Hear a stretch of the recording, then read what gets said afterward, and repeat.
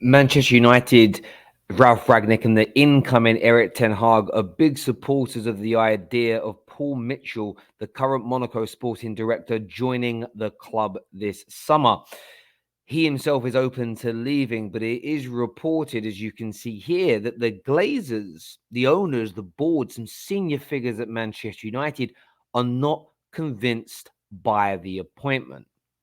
This is a team that is still in need of appointing an additional person at the very least. Ralf Rangnick is going into a consultancy role to help the club be run. Ten Hag, of course, heading up the coaching and the footballing philosophy side of things. There is Joe Myrtle and there is Fletcher. Some people are still very supportive of the potential of Fletcher and what he could develop into, and Myrtle's kind of background in the game. But in terms of a sporting director, whether the word deputy is accompanied that or not, somebody with Paul Mitchell's experience, pedigree, and background and track record of not only signing and developing and spotting and nurturing very talented young up-and-coming players, but also being able to do this at times for very small amounts of money. Now, he isn't perfect. He hasn't always signed the best players. Not every single deal has worked out. That's very natural and very normal from top to bottom. I find it very strange to see people out there and across social media acting like every deal that he has done should have been for £4 million and turned out to be a world-class player.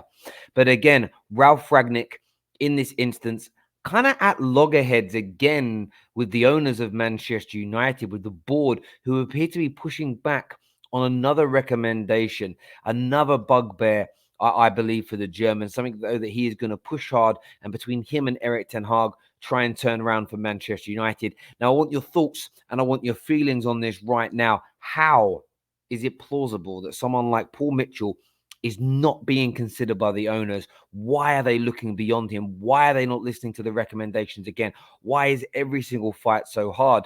And of course, what does this mean for the future of Erik ten Hag? We're going to delve into this in much more detail for you right about now, but smash like buttons, leave your comments below. This is the Done Deal Show. Let's do it.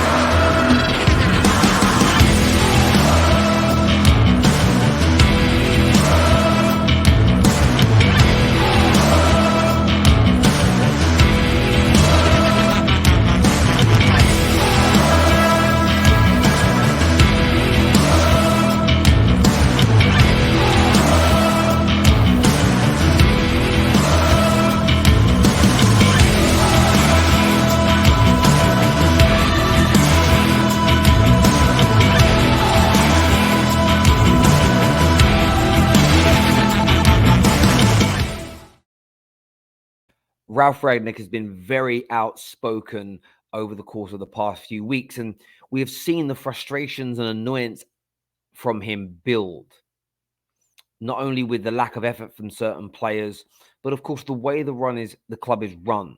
The culture, the structure, the decision makers at the club have been so poor over the past 9 to 10 years that everything, including the football, has become toxic, poisonous, and nowhere near the standards required, one, for a club with a history and heritage of Man United.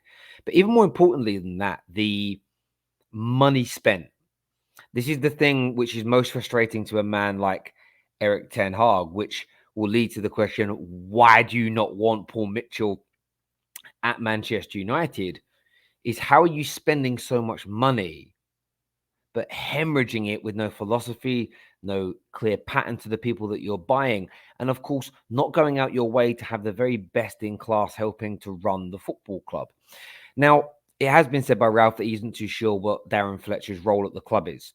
It's interesting that whenever Darren Fletcher or John Myrtle's roles at the clubs are being challenged, certain Manchester United fans who have a habit of referring to us as Brexit FC feel that this is just that, everybody at the club, it's a job for boys. If you used to be connected to the club, or if you've got a friend at the club, you're going to get an opportunity, irrespective of how good or bad you are at doing it. These same individuals don't have that same energy when it comes to players like Anthony Martial or Bruno Fernandes or Paul Pogba regressing, failing, or not being consistent at the football club, whichever kind of opinion you hold. It's always, there's no structure, there's no clear plan, there's no philosophy, bad appointments, blah, blah, blah. The same could be said for various positions that people have been appointed to around the football club, including managers and people doing what Fletcher and Myrtle are right now trying to do. The lack of structure, the lack of power, the lack of control, the changing of direction by Joel Glazer and the board on a regular basis and too regular to create success has and always will be the biggest problem at Manchester United. I still see people attacking the names and the passports, generally speaking, of the individuals we're looking to employ. Paul Mitchell doesn't have that issue, even though he is English, because he has a track record that everybody is very, very encouraged by.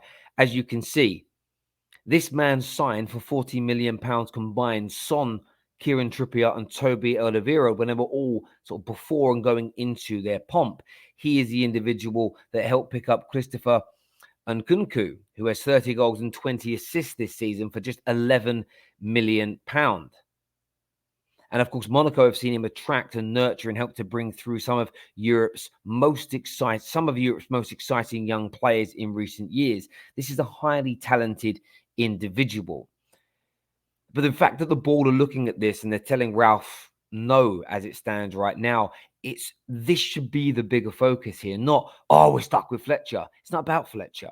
Fletcher's going to be part of this process to help us build and grow things. Do you think that people like Edwin van der Sar and Mark Overmars, and I know Mark Overmars is kind of cancelled now for what he did, but these two are two of the most sought after individuals out there.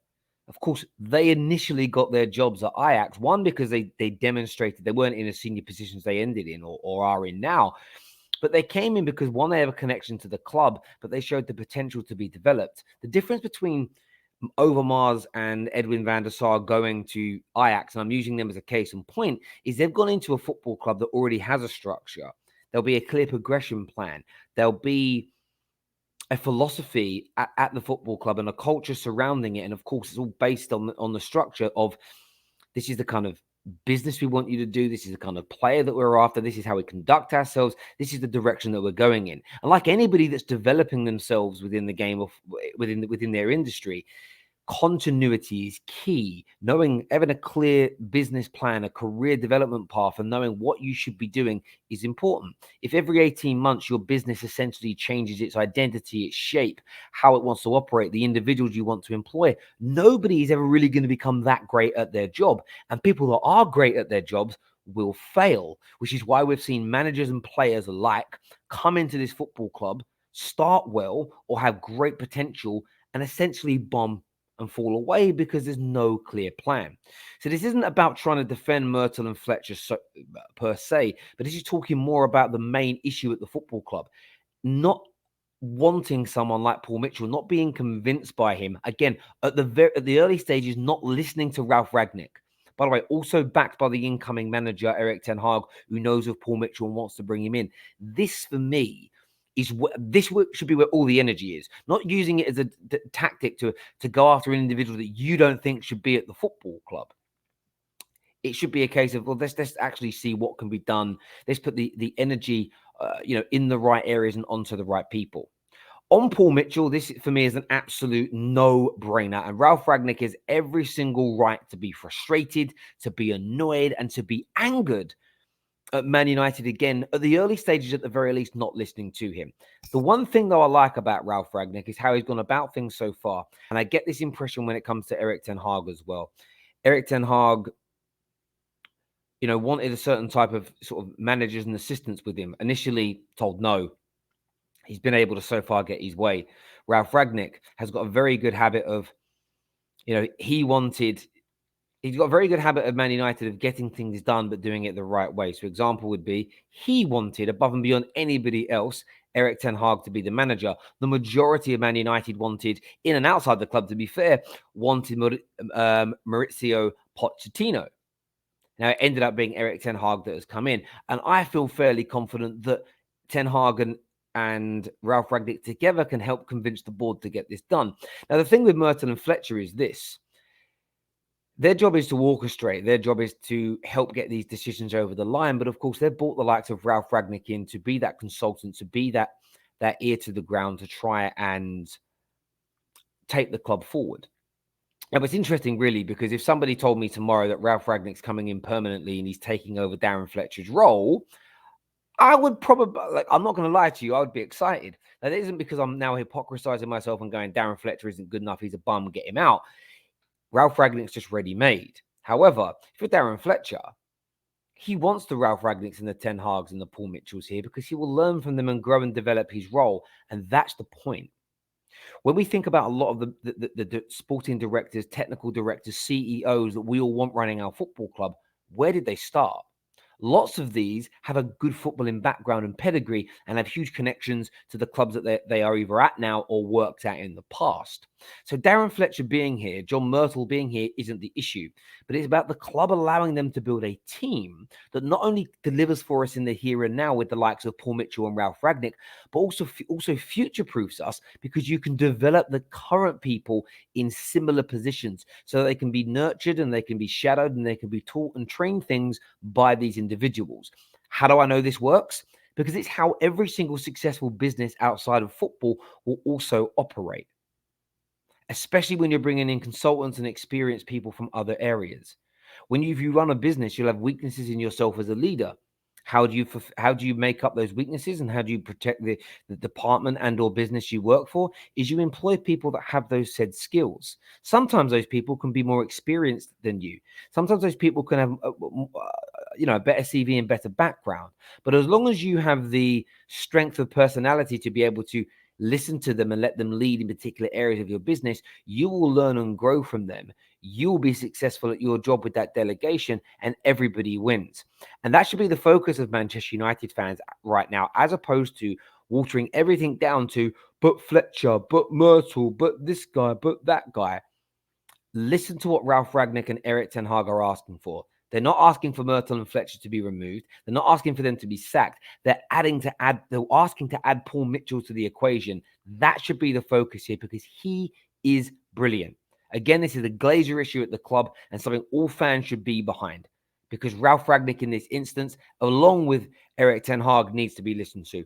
Why are they not, though? I want your views and I want your opinions. Smash that like and that share button. Until next time, my friends, take care. Goodbye. God bless. And I'll see you soon. Thank you.